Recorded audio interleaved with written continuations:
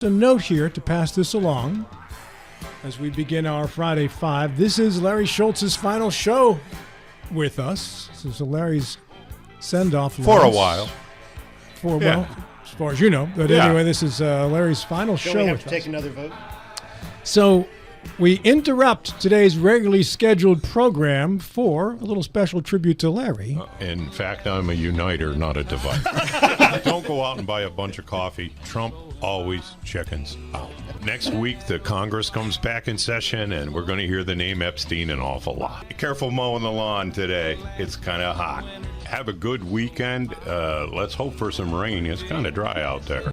It's been a great time, and have a good weekend. Go to the 50th Apple Butter Festival in Berkeley Springs, West Virginia this weekend. We've had our first frost, and we're ready to go. Release the Epstein Files. Music show Saturday night at 7 o'clock on behalf of Community Alternatives to Violence. A lot of great musicians with originals and do-overs.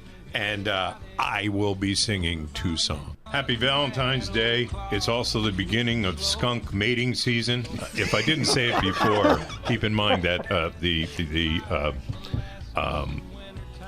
comment about red herrings, a smorgasbord of red herrings, was said about my opponent in the case, not about me. That was way more than 8 seconds. For anyone who wants it, I can make a link available that shows every touchdown Saquon Barkley scored as a Penn State running back.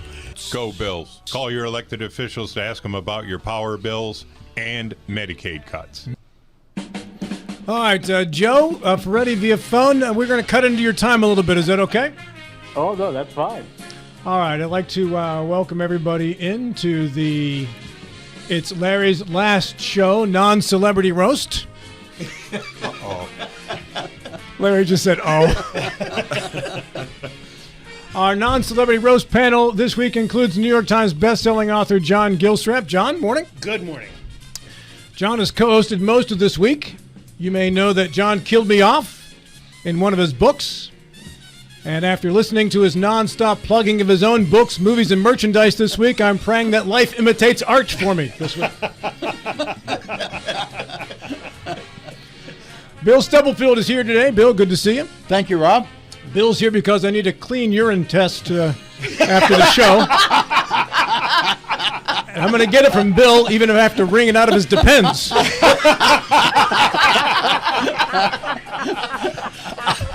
I like your hits on John better than hits on me.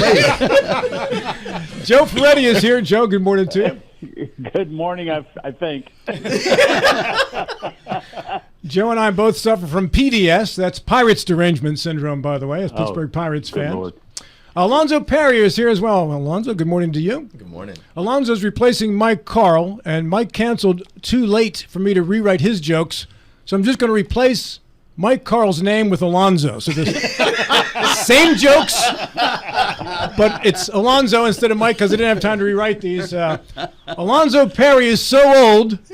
How old is he? He's so old, the only way he can look forward to a smoking hot body is through cremation.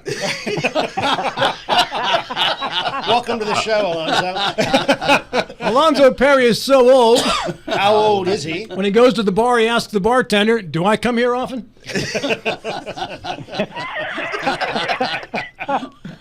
Alonzo Perry is so old. How old is he? Only one? You guys quit on me already? Alonzo Perry is so old that he gets no respect. When he called the incontinence hotline, they asked him if he could hold.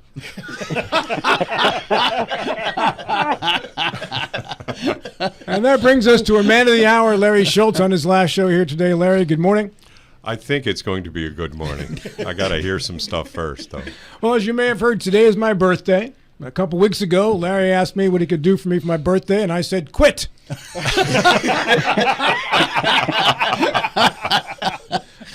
I don't want to say that Larry is obsessed with Donald Trump, but he brings his name up so often on the Friday show that when you go to the men's room here and you look in the mirror, Beetlejuice is staring back at you.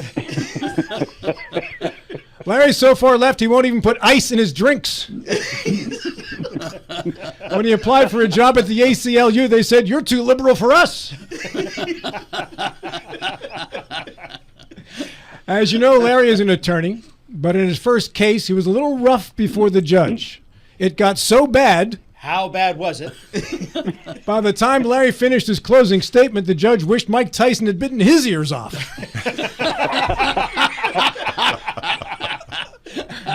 And finally, while in law school at WVU, Larry's co-ed friends described him as having spunk, moxie, grit, and a few other unidentified STDs. Larry Schultz, our man of the hour. Way to go, Larry. Thank you very much, I think. We'll have to weigh those later. A word about your absence, sir.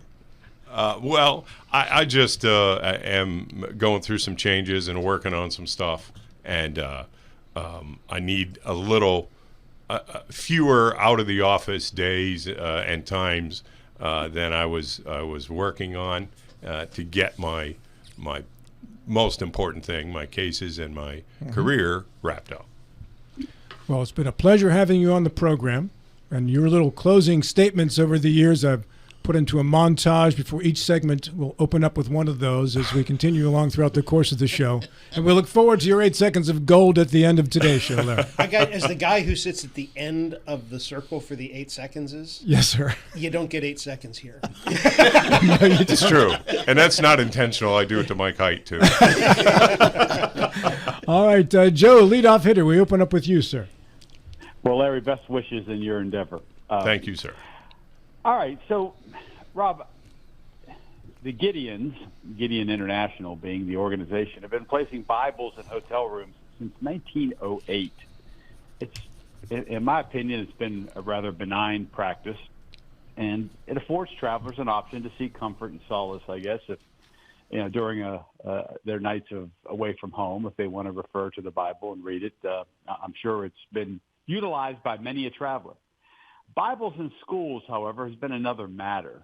Since 1962, when there was a Supreme Court case, School District of Abington, Pennsylvania versus Shemp, Bibles in public schools have been very limited, and readings from those texts have been deemed improper and a violation of First Amendment Establishment Clause. Just this past fall, remember we talked about this case, Mahmoud versus Taylor, a Montgomery County, Maryland school case. The Supreme Court ruled that books that offend the religious viewpoints of children and their parents can be cause for an opt-out by the student from the classroom. Once again, consistently, the Supreme Court has said that text or references to religious manuals or books can be the source of issues in the classroom, and to the extent where kids can leave the classroom. But there's a movement afoot here to place Bibles back in the schools and to teach from the text. A Texas law is now being adopted to allow for teachings about Jesus Christ and lessons from the Bible through recitation of verses on a daily basis. In Oklahoma, the state school superintendent there last fall announced that Bibles shall be in all public schools and reading from the Bible mandatory as part of that school's curriculum. One school, that not being enough, one school official proposed the use of Trump-branded Bibles. Well, cue the lawyers. West Virginia just dipped its toes into these murky waters through Senate Bill 388, which was debated and passed yesterday, and it's now on to the House. That bill mandates the placement of the Aitken Bible in the classrooms of certain grades in our schools. There's no mention of teachers referring to the Bible, which I found kind of interesting. But I think you can fairly ask why the book is there if it's not going to be referred to or used. Introduction of the Bible into school settings, in my opinion, raises a lot of questions. Of course, the First Amendment free exercise and establishment clauses. What about accommodations for those of the Jewish faith, the Muslim faith, Mormons, who we have a fairly large and active group of Mormons in the Eastern Panhandle. They have their own text, as we know, and their own interpretations of religious doctrine. We also can ask questions about what are the qualifications of the teachers themselves to actually read from and perhaps instruct on Bible. and the verses therein. So this inevitable debate consumes a lot of time and energy. It was in the Education Committee this week. There was a lot of rancor about it in terms of the proposed Senate bill. And in a state where reading, writing, and arithmetic suffers, is this where we want our focus? Are we not inviting legal actions and even more time and energy being expended? Or is religion best left to the choices made at home? So those are some of my questions this morning. Can we foresee a time, given the current momentum, where teachers are referring to Bible verses, reading from the Bible, and incorporating them into their lessons? Or is this something best left to be avoided? That's my question. Thank you, Joe. Let's begin with Mr. Gilstrap. Building on his success with renaming the Kennedy Center, I understand the Trump administration it's actually the Trump St. James Bible now. So,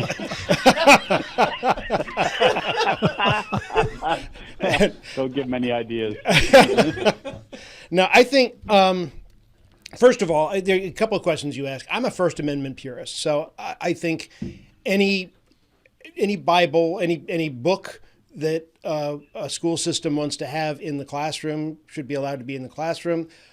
This is kind of special. This is different than Debbie Has Two Mommies or whatever the hell with the controversial books were, because the bill requires that no government funds be spent on the Aitken Bible, which is the first Bible published in the United States and has its own historical significance. It specifically says that the Bible will be in 4th, 8th, and 10th grade classrooms. I don't understand the significance of 4th, 8th, and 10th grades, but that's what the bill requires. Nobody says in this case that the Bible is required to be read or to be taught from, just that it's required to be there. I think personally this is kind of a way to squander valuable Senate time, or not congressional, the delegates' time and senators' time, when there's so much to do. But I think I see it as fundamentally a benign issue. Mr. Schultz.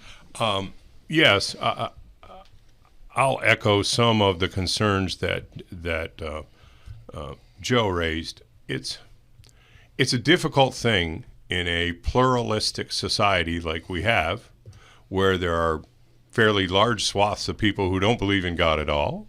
There are fairly large swaths of people who believe in a God who is markedly different from the one laid out in the Aitken Bible. Now, I've never read the Aitken Bible. I understand it's a reproduction of the St. James Bible. I was a Catholic growing up, and I believe that the approach to the Bible in that faith was different, and the Bible itself is somewhat different. And so the problem is not having these religious tomes available to children. The problem is picking only one. And, in the library of the school, the documents of all the major religions ought to be available for any student who wants to look at them.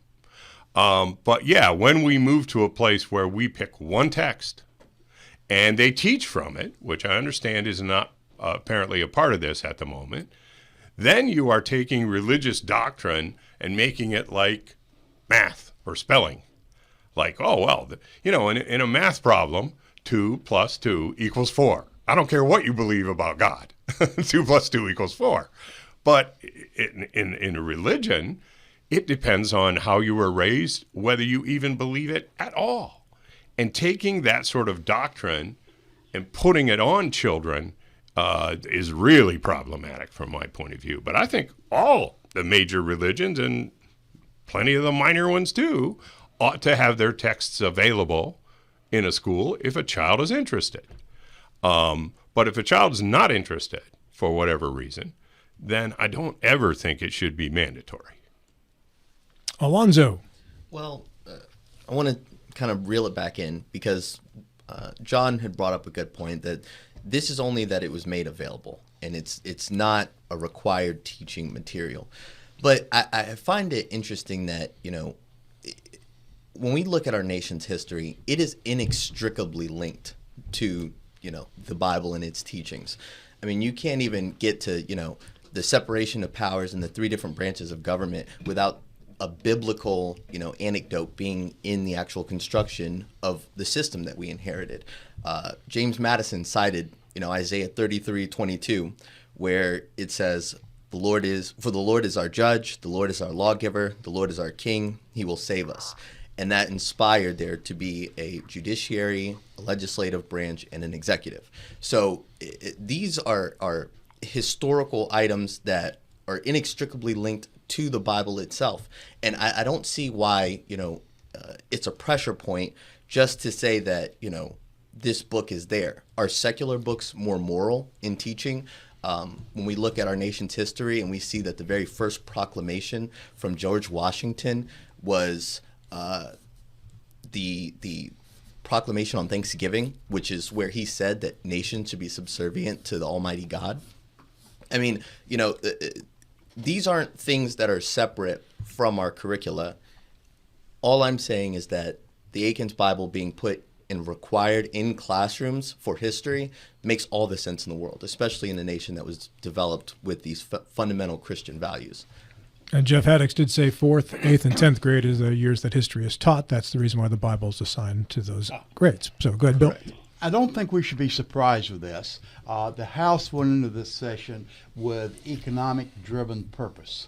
The Senate went into this session without any purpose at all. It is an opportunity for social issues to emerge again from the Senate as they have the last 2 or 3 years. This falls well within the category of social issues. Talking about availability, what are libraries for? Libraries provide availability. Does that mean the 4th grade students do not have access to libraries? They should have They do have access to libraries. You mentioned the word God. Well, the God appears in several religions. Muslim is based upon God. The Old Testament is similar to the Muslim teaching, the Quran teaching. So that does not make it unique.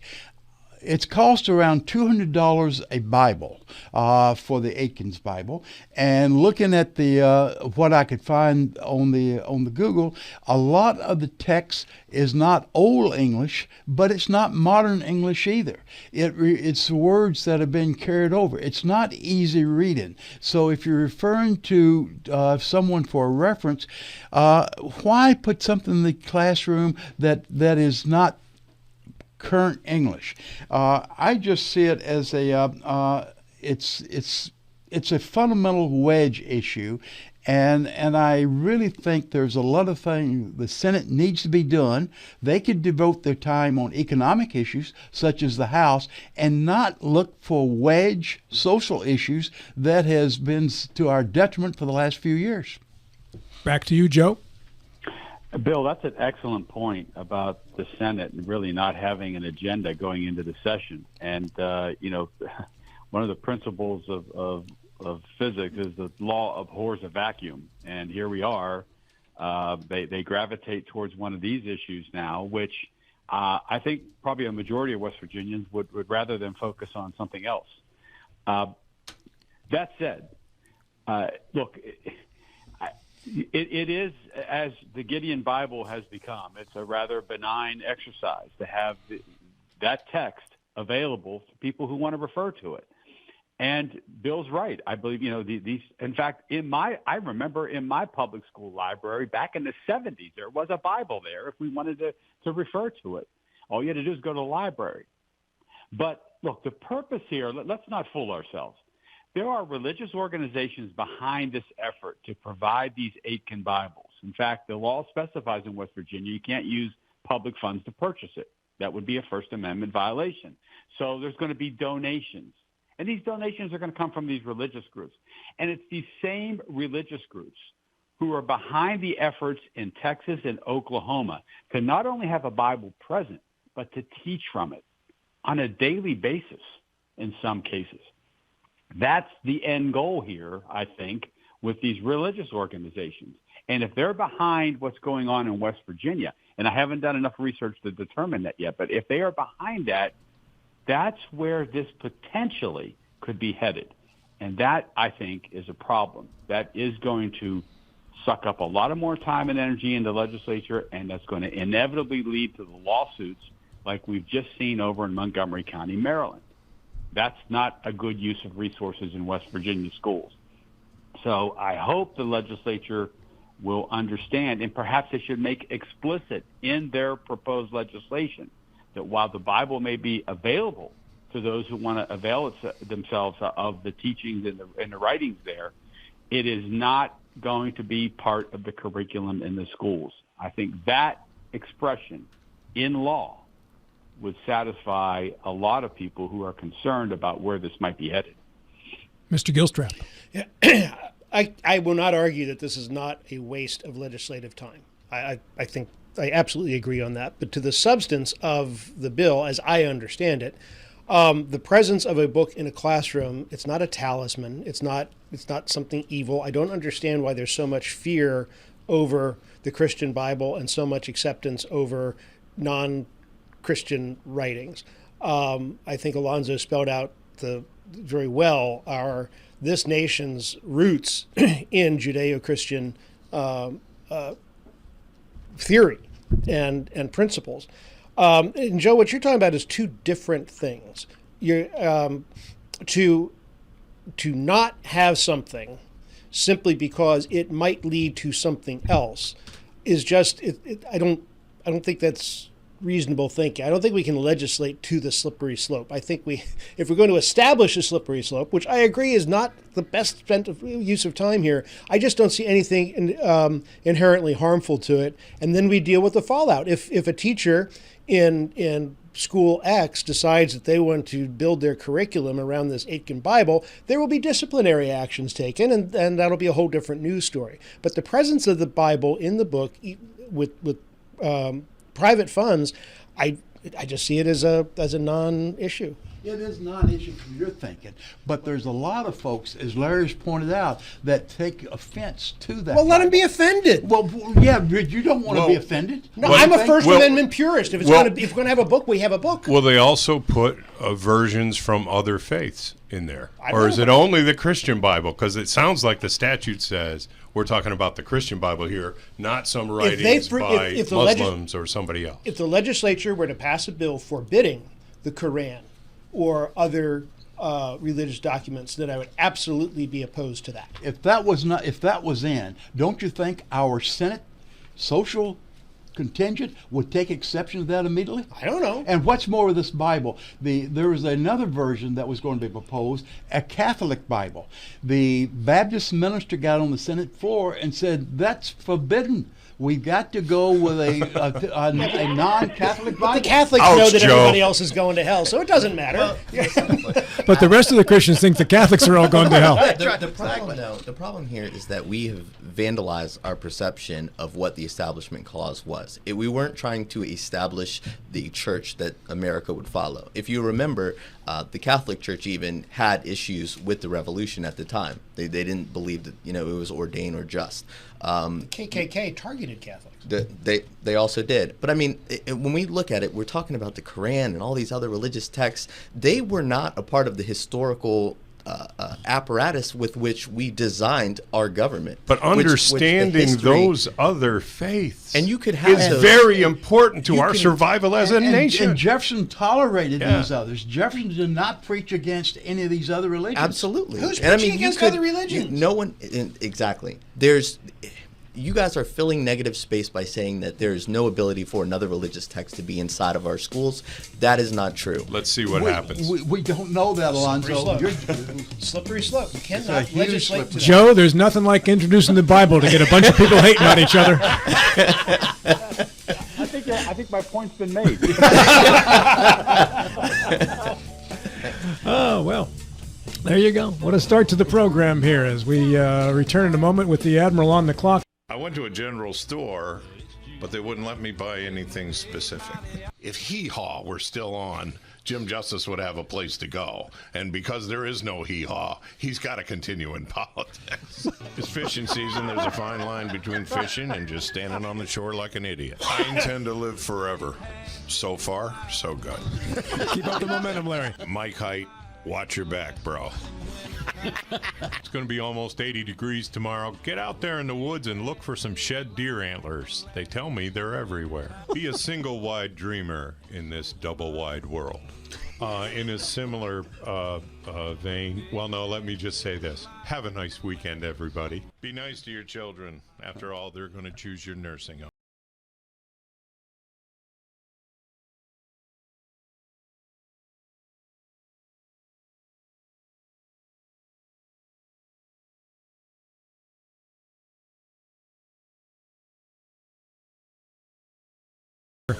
Jefferson Medical Center on this, the last show for attorney at law Lawrence Schultz, and we have been paying tribute to Larry with some snippets of his last 8 seconds of comedy gold he gives us every Friday, and we had the Larry Schultz Celebrity Roast, or Non-Celebrity Roast, to start the program here today. We're also brought to you in part by the Mansion Ferretti Law Offices. Joe, your turn. Rob, Mansion Ferretti is located in downtown Martinsburg, 201 East John Street. We have attorneys there daily, answering your questions regarding personal injury, insurance claims, motor vehicle accidents. If you have a question in that regard, you can give us a call at 304-264-8505 or visit us on the web at wvjustice.lawyers.com. Thank you, Joseph. Our non-celebrity roasters going around the room this morning, New York Times best-selling author John Gilstrap. Good morning. Hey, that took a lot of research to stitch all that together. It is what they pay me for. I've said this many times. You're a professional. Don't try this at home. In the Mike Carl seat, Alonzo Perry. Good morning. Good to have you. I'm happy to be here. We were all laughing at Alonzo's grief earlier during the commercial break. Because we're guys, and that's what we do. Never show misery in the studio. It's the reason why Bob Saget had a job all those years. That video show, same video every single week. Some little 6-year-old with a wiffle bat hitting his dad in the crotch with it. Larry Schultz is here as well. Good morning, Larry. Great to be here. Final show. You getting a little choked up? Yeah, a little bit. And it's been very nice thus far. You left out a lot of things that I said that wouldn't have made me very happy to hear again.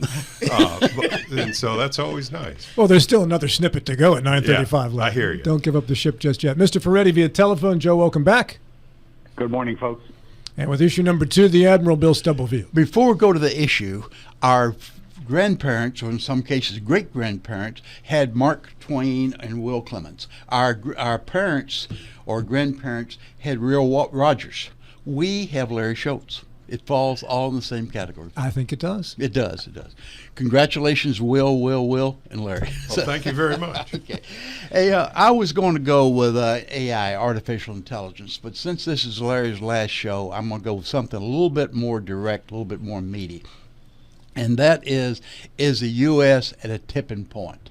Very recently, we've seen at least perceived challenges to the First, Second, and Fourth Amendments. We've all seen examples of each one of those. We've had a coalescence of power in the executive branch at the expense of the legislative branch. We had the shooting in Minneapolis where the individual had a license for a concealed weapon, coming to the aid of a lady who had been pushed to the ground. No evidence that he was really interfering with the police except trying to protect the lady. And yet there is such a pushback among a large sector trying to find reason to condemn this individual, which under other circumstances would have been considered admirable, coming to the aid of someone that needed help. But yet we're finding a lot of reasons to condemn. That's not true just here, but everything we do, we're depending on which silo we in, we very rarely see good in another silo. We find reason to condemn and belittle. More recent, the president put in the tariff on the European countries for their support of Denmark and Greenland. The only reason that did not go through is that the president backed down. It's not the first time he's backed down, but he backed down again. He insulted the NATO countries for their support of the U.S. during 9/11. That was universal support and for a horrible crime, and they took a per capita, a fairly significant loss of life. Imposing 100% tariff on Canada for remarks that the Prime Minister made at the Economic Summit. Forcing more and more countries to expand their trade, either among themselves, the exclusion of the U.S., or getting in bed with China. We saw this a couple so days ago with the Prime Minister of England going in and trying to set up deals with China. India been going closer and closer to China, providing easier access to our AI technology and giveaways to the Middle East country. War on independent agencies such as the Federal Reserve, and a constant set of issues that many interpret as deflections from more core things such as the Epstein file.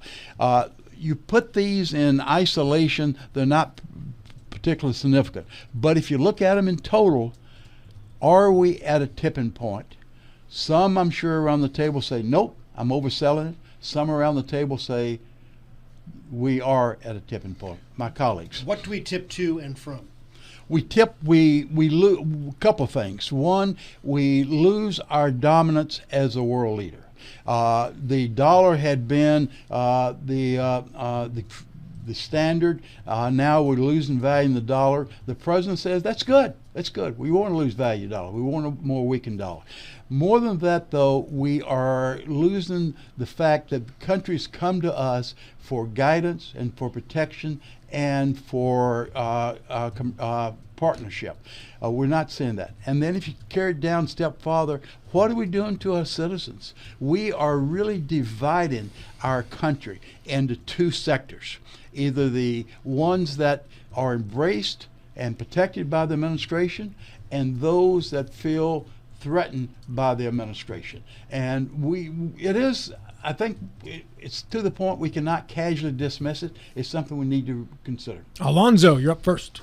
Well, I have a problem with the premise that, we're at a tipping point because, I think we underestimate our buffer capacity. This country, over 250 years, we're now sitting in the bicentennial, we've created the conditions to where we've dealt with large structural change, cultural change in these things throughout times past. But I think what's really important to recognize is that everything that's happening today is a course correction from what we've been facing over the last, I would say even 20 to 30 years. And that's that the West itself has been hollowing itself out culturally, democratically, morally, and there's no amount of technocratic coordination or elite consensus that is going to create the conditions to just kind of put things back together. The challenges that we are facing today are fundamentally different than the ones yesterday.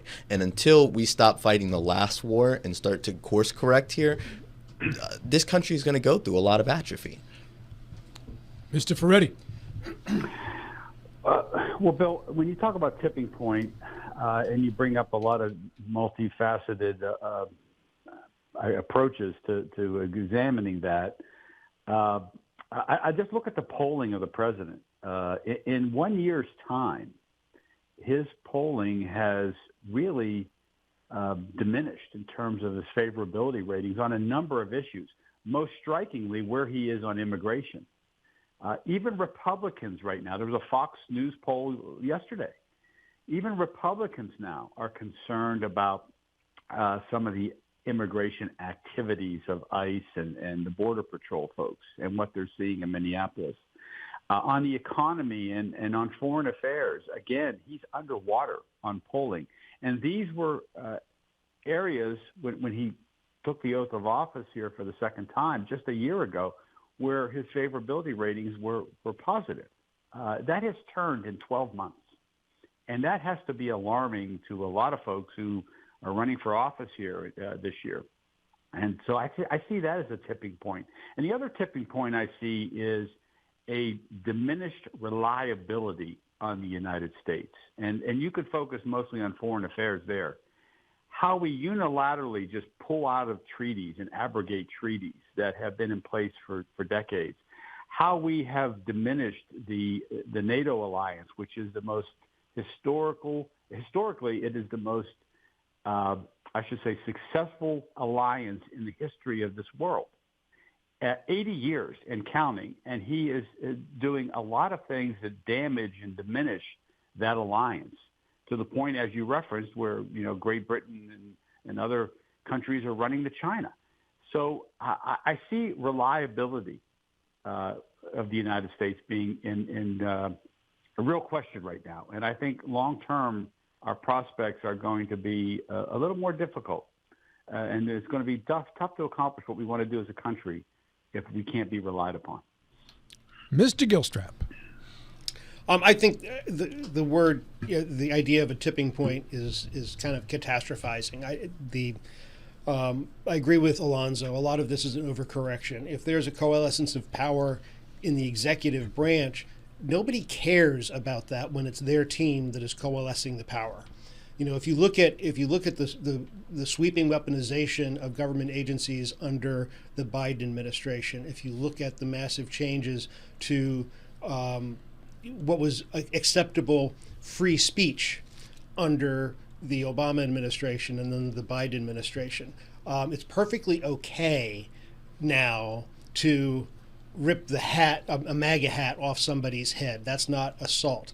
But God forbid they're wearing a gay pride hat and you take that off. That's a hate crime. There's a lot of anger. There's a lot of imbalance in the culture today. And I think a lot of it, everybody can point to the other team, right? Because actions have consequences, and then consequences have consequences of their own. So I think that's where we are. We are in an odd point of, it kind of ties back into the other issue we were talking about with the Bibles in schools. And I don't want to litigate. There are problems with that, and I recognize that. But we are surrendering our culture. The West in general is surrendering its idea of culture because support of culture and patriotism is now racism and exclusionism. And maybe it is. I mean, maybe it is on the same continuum. But what we're seeing is a lot of anger.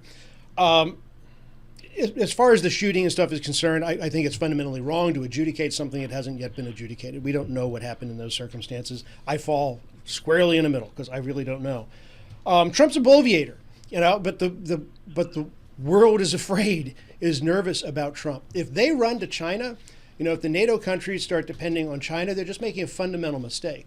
But I think what we're seeing now in terms of our dealings with NATO, which has been that annoying neighbor who always wants stuff from you and promises to pay you back but doesn't. So what we're seeing is an adjustment now where NATO countries are being forced to pay their fair share, which they're doing so far. And so I think there's a lot of consternation. I think there's a lot of churn. But ultimately, what happens. This is the nature of a representative republic. Everybody gets to have a vote, even Democrats. Mr. Schultz. Yes. I have expectations. I want to narrow my particular focus about this a little bit. Epstein. I expect that the federal government would investigate Mr. Epstein, okay? But I also expect the federal government to follow court orders. I also expect the federal government not to send masked so-called law enforcement people into people's homes without a judicial warrant as required by the Fourth Amendment. When the government can barge into your house not following the law to accuse you of not following the law, you may be past the tipping point. It may have tipped. And there's a lot of that going on in Minneapolis right now. They are not just going and getting people who have final deportation orders. They are going into people's homes forcibly without consent and taking people under arrest. We don't do that in this country. The Fourth Amendment says you cannot do it. Your home, some people might recall this, is supposed to be a secure, safe place. And the government, federal, state, local, whoever, cannot just come to the door, knock it down because you won't open it, and take you out. That's a long, long time. 250 years plus been off the charts here. And so as those things happen and we see the publication, and thankfully cell phones will allow us to see that stuff, it becomes a pretty frightening thing to think about what is the next step. And that's the problem with a tipping point, right? You think that you think that, well, keep in mind, there are a lot of people who really kind of like the Second Amendment. But if the Fourth Amendment can be trashed, so can the Second. So can the First. Once you've set that goal or set that standard, then you don't really have constitutional protections anymore. And to me, that's the most important thing. Alonzo, I got to skip you because for time constraints, Bill, you get the final word here. Yeah, two very quickly. One, the standard rebuttal of anything against Trump is playing upon the Biden-Obama record. The other thing is, Joe mentioned polling. 47% of our voters now are independent. Trump is 40% below water with the independent voters. Issue number 3, Mr. Gilstrap. All right, I'm going to shift away from immediate politics and go more into the theoretical and looking into the future. A friend of mine, Jeff Gonzalez, he's one of my technical advisors on my books, and he spent a career with SEAL Team 4 and did a lot of intel and a lot of research. And he recently came out after reviewing hundreds of mass shootings around the world. What we find out is that within the first 90 seconds, on average, within the first 90 seconds of a mass shooting is when you get your double-digit casualties. So it takes 90 seconds to get double-digit casualties. In schools, it's 30 seconds. So this is well beyond any kind of response time for whether it's a school resource officer or if it's the police that are only a half mile away. It seems to me that the idea of run, hide, fight, which is the mantra for how you deal with mass shootings, run. I'm all over run. Run, get away, get as much distance as you can. But in schools, in particular, kids are not allowed to run outside the school to get to safety because they might get hit by a car. Think about that for a second. There's a guy shooting up the school, but you don't want them to leave the safety of not getting hit by a car. Fighting, this is where I'm coming down to the idea of allowing teachers to be armed in the classroom, not forcing them. It's these people who would volunteer. I will stipulate to any level of training that you want to put on these teachers. The idea is not to leave the classroom and track down the shooter in the hallway. They're not going to be clearing rooms. They're going to be defending their door. And if the bad guy comes in their door, they can defend the 30 kids who are his or her responsibility. I think the time has come. We do too much with security theater.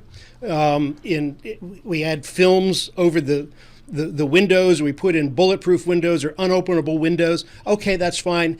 As a firefighter, I will tell you I have broken many windows to do good things on the inside. If I can't do that, then that's the other side of hardening these schools. We are creating a theater, security theater that doesn't work and that creates other problems. I think the solution is to allow the victims, the ones who have 30 seconds to survive, allow the victims to protect themselves. All right, tight 60-second responses. You'll hear the buzzer if you go over that. Joe Ferretti, go first. Well, I've followed with interest the Uvalde school case in Texas and the prosecution of the guard there who responded and didn't respond very effectively to the shooting. And the upshot of all that, John, was that perhaps a well-trained teacher in the classroom setting would have made a difference. I'm coming around to that issue reluctantly, but I am. And I think if proper safeguards are in place, proper training, proper securing of the gun, and all that is in place, I'm open to the idea. Alonzo. Wow. I didn't think that you'd agree with this, Joe. I haven't spoken yet.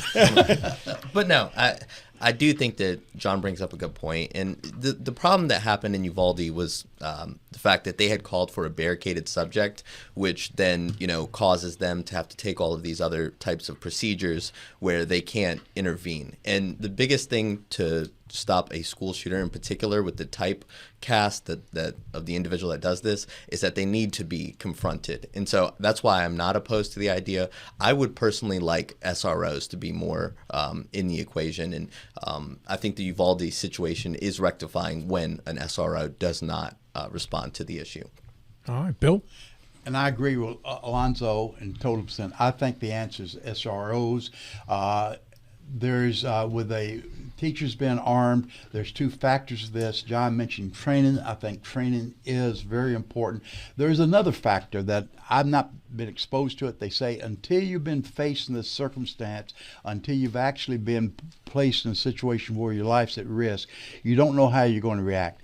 I'm petrified over the fact that a teacher that has not experienced this before overreacts and hurt somebody that should not be hurt. SROs, I think, are individuals that have been trained, they've been tested. That would be the solution. And that would satisfy a lot of the urgency concern that John has so appropriately mentioned. Mr. Schultz. Yes, we have a lot of problems in the West Virginia schools that don't include school shootings, and we're not doing a very good job of responding to those problems. So the first thing I would do is say, oh, that's interesting, and set it aside and start to improve test scores, if I could.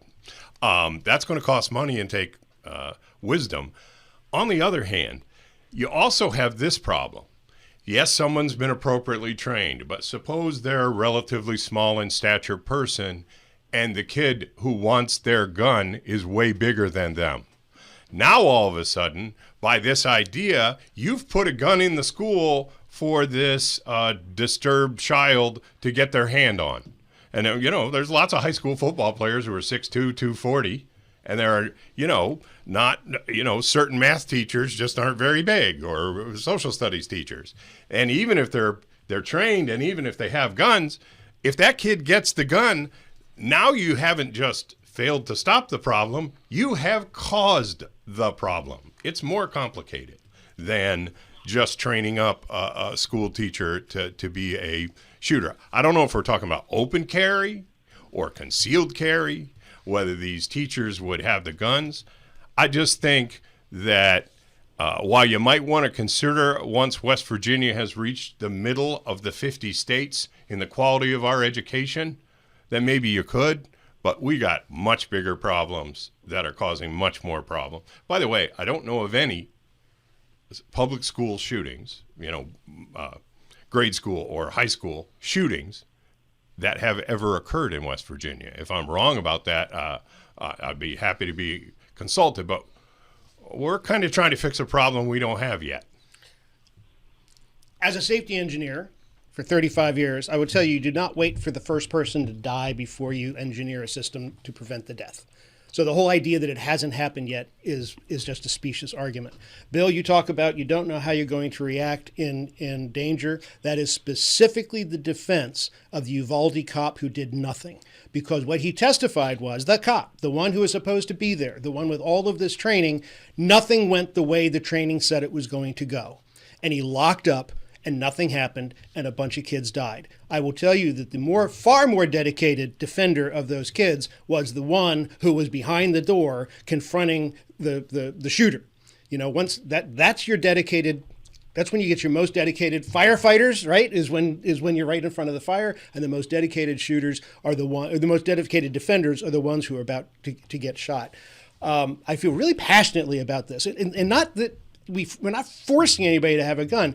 And Larry, if a kid's going to take a gun, he's already the shooter, so it's not, that's, again, you can't legislate to what might happen in the actions do have consequences, but what we've got now is a ticking bomb, and it concerns me. Good stuff, guys. Appreciate you all coming in under the clock. A good wrap up on that, Mr. Gilstrap. And we return, Mr. Schultz, Mr. Perry are on the clock. If you melt dry ice, you can swim without getting wet. It's been great to be here. Babies don't need a vacation, but I still see them at the beach. Makes me mad. I go over to a little baby and say, "What are you doing here? You haven't worked a day in your life." When I was in college, I put a skylight in my apartment. The people who lived upstairs were really angry.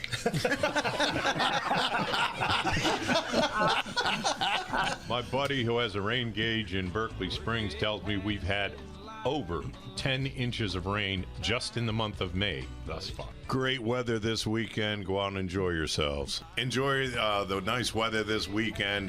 They might be dodging a few raindrops, but remember, I just planted some clover, so I need it. What are you, Bob Cookin here? When I was a little kid, we had a sandbox. It was a quicksand box. I was an only child eventually. Careful with those fireworks, folks. Don't sweat the petty things, and don't pet the sweaty things. I forgot about it. Delving into the archives to get some gold from Larry Schultz on his last show here with us. As he says, for now. We don't know how long for now is, but we know it's a bit. So welcome back to the show. We are produced by the sports doctor Colin McLaughlin and brought to you in part by Larry DeMarco and Company at Century 21 Modern Realty Results. In studio with the Friday Five, which includes Joe Ferretti via telephone. Torch, good morning to you. Good morning. That almost, you put that together, it sounds like a stand-up routine. That's basically where I stole a lot of it from. Possession is 9/10 of the law. Is that not correct? New York Times best-selling author John Gilstrap. Good morning. He is Alonzo Perry in for Michael Carl. Good morning. The Admiral Bill Stubblefield. Good morning, Rob. Fun to be here. And with issue number 4, attorney at law Larry Schultz. Yes, most Republicans I've known in my life have been firm believers in states' rights and the Second Amendment to the U.S. Constitution. Given the withholding of evidence from Minnesota state officials in the Renee Good and Alex Pretty cases, the response of ICE to Pretty's lawful, permitted gun, and the ridiculous excuses federal officials have given for shooting him 10 times after taking his gun away, can we conclude that the National Party has abandoned these beliefs? Please explain. All right, let's go to a couple of gun carriers in the room. Mr. Gilstrap, you go first. I cannot explain the actions of a lot of that. Again, you're adjudicating that the ICE agents in both these cases were acting out of line. I don't know that's the case. If they were, then they should be punished for it. As far as withholding the evidence on those shootings, I have said on the show that I think that there should be participation by Minnesota, but it should not be done by Minnesota police. By Minneapolis police. I think that there needs to be outside people to come in because the mayor of Minneapolis has already adjudicated these guys to be the bad guys. And it's too hot an issue. I don't know if you have independent counsels who come in and do this sort of thing, but that's who needs to run the investigation for the state. But absolutely the state should be involved. Joe Ferretti. Yeah, I agree with that, John. I think politically as well as legally, there's some real danger there not having a state investigation because there's no federal murder crime. There's only state murder crime, and that's what has to be investigated. And the state officials do that. That's common throughout. But to Larry's question, I was amused at the initial responses from our current administration about the presence of the gun in this whole affair involving Mr. Preddy. I mean, I think it shows you the depth to which they are real gun supporters and real Second Amendment supporters. I mean, they quickly, in an effort to rationalize what happened here, they just abandoned the principles of the gun lobbies and the Second Amendment. And rightly, the NRA came forward and said, "Hey, wait a minute, what are you saying?" And I tip my hat to them. They've been consistent throughout. This administration is not. So in that sense, I hope people realize how quickly they abandoned some of those principles that they espouse, perhaps maybe to get your vote. That needs to be examined by those folks a little more closely. But bottom line here is this is a very sticky wicket here in terms of the government response to this. And I think the Trump administration has to come to one realization. If they think they're going to run this investigation and they're going to conclude it on their own, they are making a grave mistake. Alonzo. When I look at this particular case, and I don't want to litigate the, ethical ness of this particular shooting event with Mr. Preddy. I mean, it's always a tragedy. But it brings us to the question, do Democrats want like humane enforcement of the immigration laws, or do they just want no deportations at all? And the reason why I asked this is because, when you look over at Texas, 24% of all federal immigration enforcement has taken place in Texas, and there hasn't been a singular incident. But when we look over at Minnesota, it's only been 1% of the actual ICE enforcement in terms of people being deported. And there's all of this chaos. And I think it's choreographed, because why are leaders out there refusing to allow law enforcement to perform its functions? ICE is not supposed to be arresting and detaining American citizens or doing any of these things altogether. They aren't trained specifically in crowd control. I mean, these are the issues that local law enforcement, state law enforcement is supposed to be doing, and they are being told not to do it. We have to remember that the resistance didn't start when ICE came to Minnesota. It started beforehand. This was in like California as well, where you had people like Newsom taking taxpayer dollars, $50 million, to have a fund to fight Trump. This is all foreign actors, NGOs, people pouring money into groups to sit here and act like activists and try to deconstruct the ability to have ICE enforcement, a process which is supported and defended by the rule of law. And that's what's happening here. So I'm not going to talk about the particular scenario. It's the fact that Democrats need to tell us humane deportations or no deportations. What do you want? To the left of Alonzo Perry, literally seated that way, is Bill Stubblefield. and let's say far left Alonzo Perry. Yeah, Alonzo, a lot of your script there is just out of Fox News. I wish somebody would come up with some original arguments that is not parroting Fox News. One thing. Do you watch a lot of Fox News? Not anymore. I don't. Then how do you?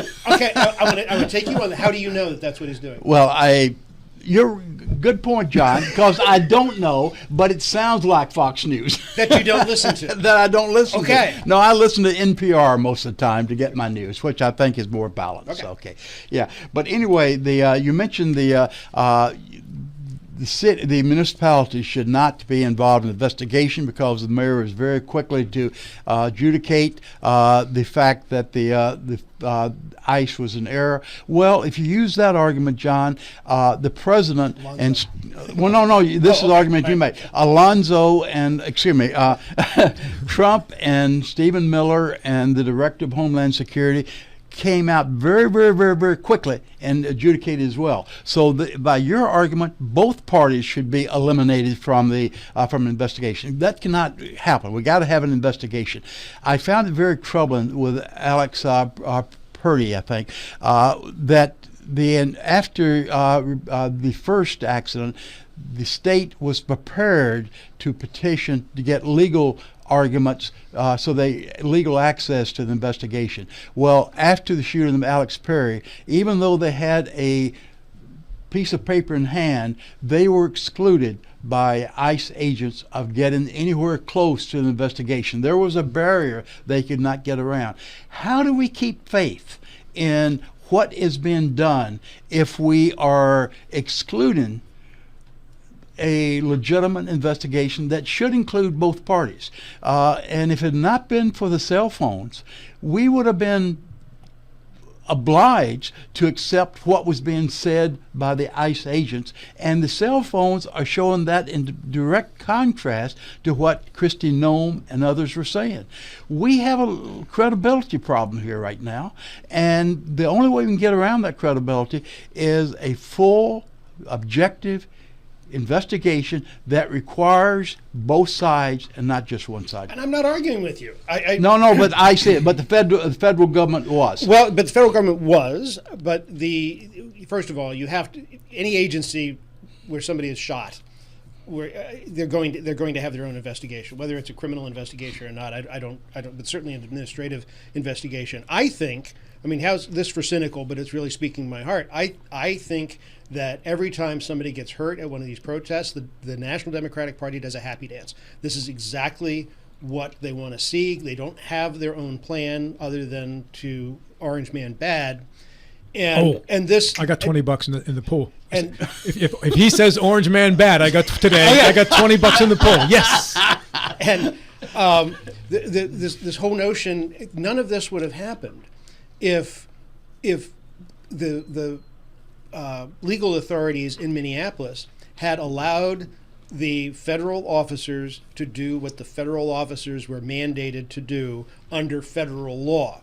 So this is all started by locals who are picking the fight, and then it escalates. And it's much like, remember you talking about when after the invasion of Gaza in I guess it was almost 2 years, a year and a half ago, you said that it was the optics that were going to work against Israel, even though Israel was in the right. Same thing's happening here. It's the optics that are working against the Trump administration, even though they are in the right. And then it gets out of control. I think Kristi Noem needs to be fired. I think that this has been ham-handed. I mean, it was just the handling of this, the messaging of this has been terrible.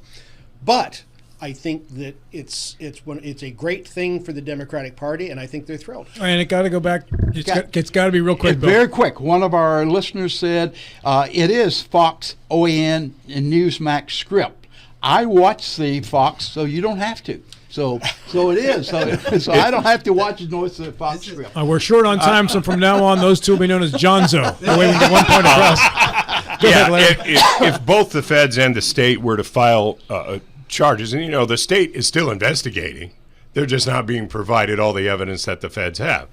But I know, and and everybody knows, the feds aren't going to file any charges against those people. If they both filed charges, the feds would go first. If only one files charges, Minnesota will go first and only.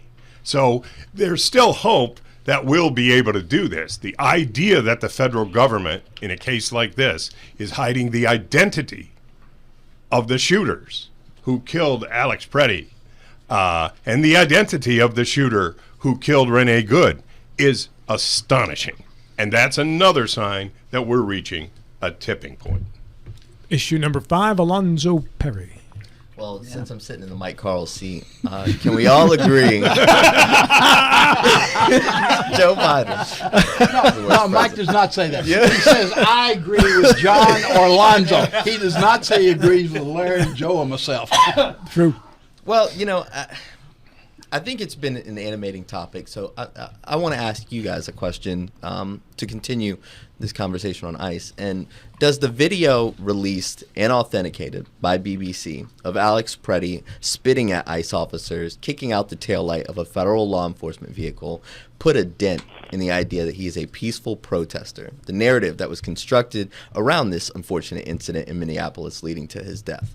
I want to go to the attorneys present for this one. Joe, via telephone, you take it first. Well, Alonzo, on the day that Mr. Preddy took 8 to 10 shots in his back, is there any evidence in the video that he was not peaceful during that incident? Prior bad acts of an individual, such as Mr. Preddy kicking out a taillight, is not going to be relevant to the actions of the officers who shot him dead in the street 11 days later. That's just simple legal analysis. What is relevant to the shooting is the question of whether or not the officers exercised justifiable deadly force based upon the circumstances then present, not what occurred 11 days ago. So I don't think you can mix the two. Mr. Preddy perhaps should have been arrested for kicking out the taillight and making a real – and there's also evidence he might even spit on an officer. He should have been arrested 11 days prior, but he wasn't. So – but the interesting thing was he was carrying a gun on that day too, and the officers wrestled him to the ground and allegedly broke one of his ribs. But, there was no shooting. There was no killing of him, even though he had a gun on his person then. You could argue that was proper police response. It was de-escalation.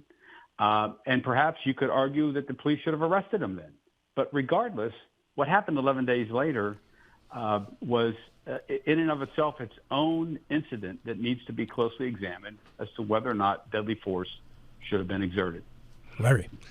Yes, and the final point that I would make to what Joe just said is it's not clear, because they will not release any of the ICE agents' identities, whether there was one or more ICE agent who was available both 11 days before and on the day that he was killed. Because that could put a different spin on why they killed him. By the way, we're always told this is a law enforcement agency. Did they call the police for this vandalism or property destruction that he did? Did they call 911?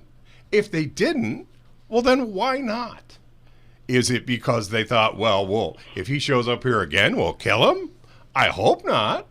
But there's some real problems.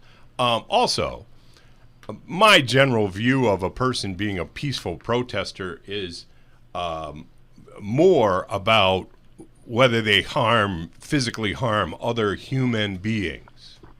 I'm not saying that it's not a crime to smash somebody's taillight, and if they wanted him to suffer for that crime, it's funny, they could have had him arrested, and he might not have been out on bail by the time 11 days later came up.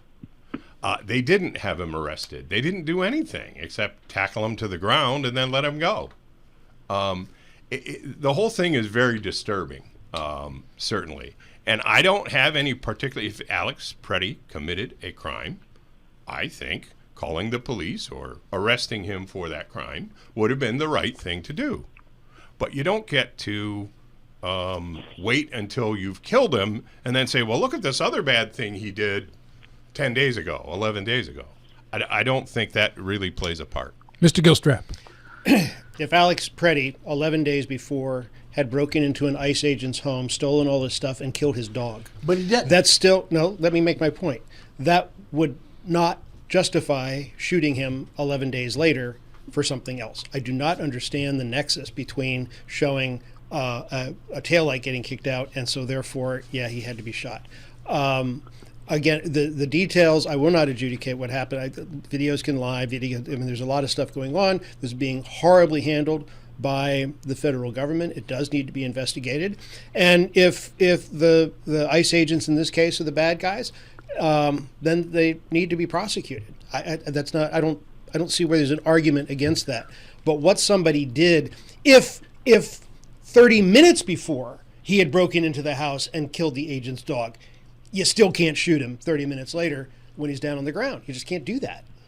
Bill. Yeah, I got to apologize to you, John. I jumped in. I did not realize the point you were making. I should have applauded as opposed to jumping in. He's been doing it to me for 4 years, John. Don't be offended.